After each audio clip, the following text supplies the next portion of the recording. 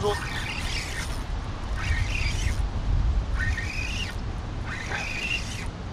There we go. Yes.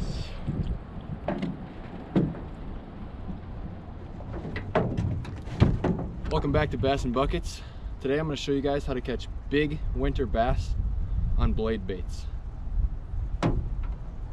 Look at that beast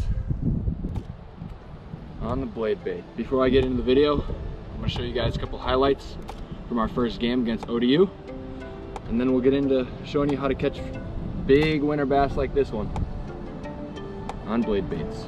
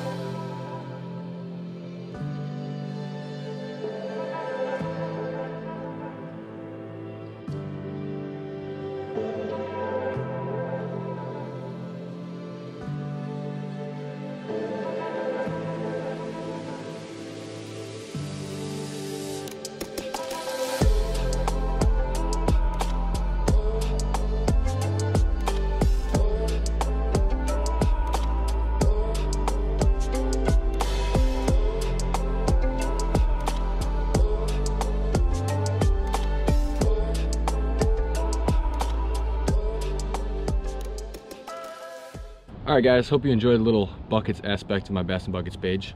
Now we're going to jump right into showing you guys how to catch these big fish on blade baits.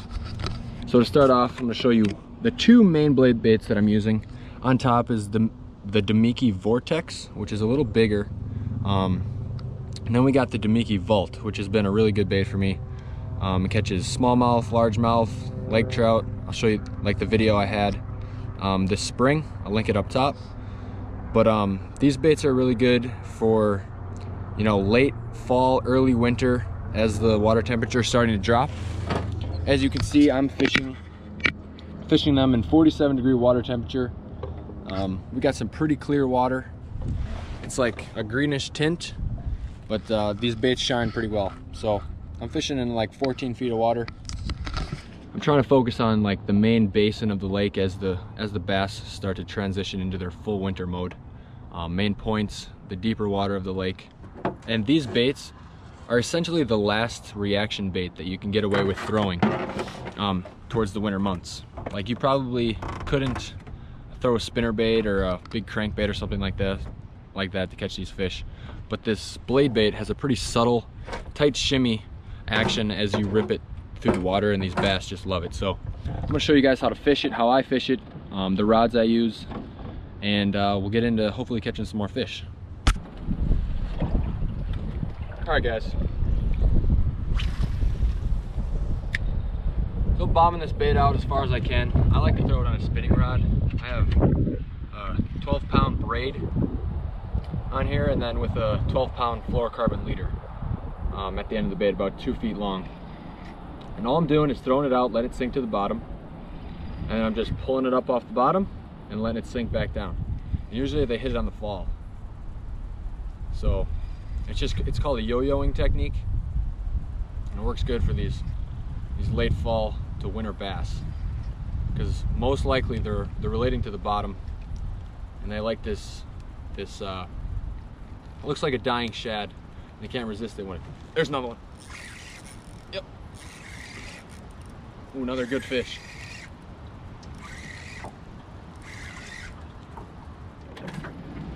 There you have it, see? That one hooked a little bit outside the mouth, but he's still definitely going after it on the fall.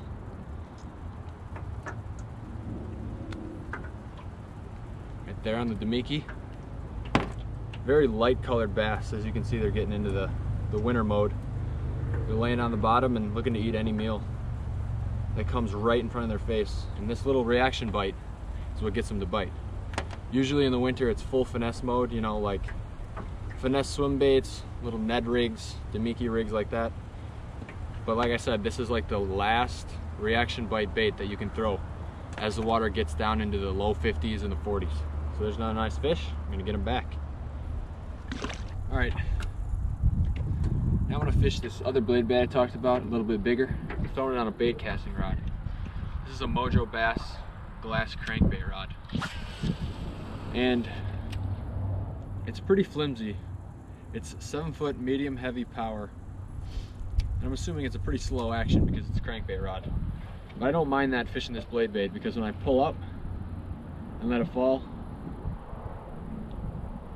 it gives it a nice action. And then if I hook a fish on my pull up, I can just keep reeling into them and then continue it as a hook set. These blade baits have pretty small treble hooks, so sometimes it can be hard to keep them hooked. But with a rod like this with a slow action, it gives the fish some give underwater when they're shaking their head, and that'll keep them hooked. I just had 15-pound fluorocarbon on here. Nothing too crazy. I would say this is kind of like power fishing in a winter version, but it's still kind of finesse. Like I said, fishing in pretty clear water, so. That one's crusty.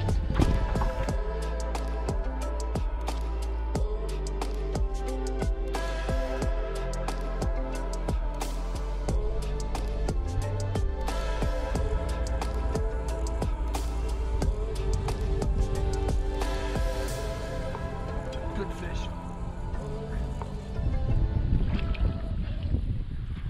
Alright, that's going to be it for me. Hope you guys enjoyed this video.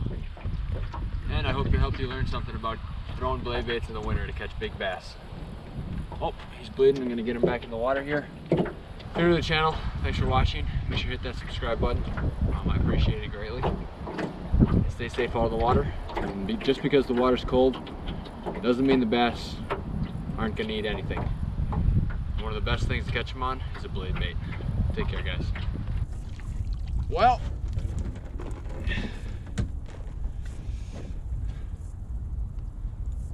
on the blade bait, if you throw them in the winter, you might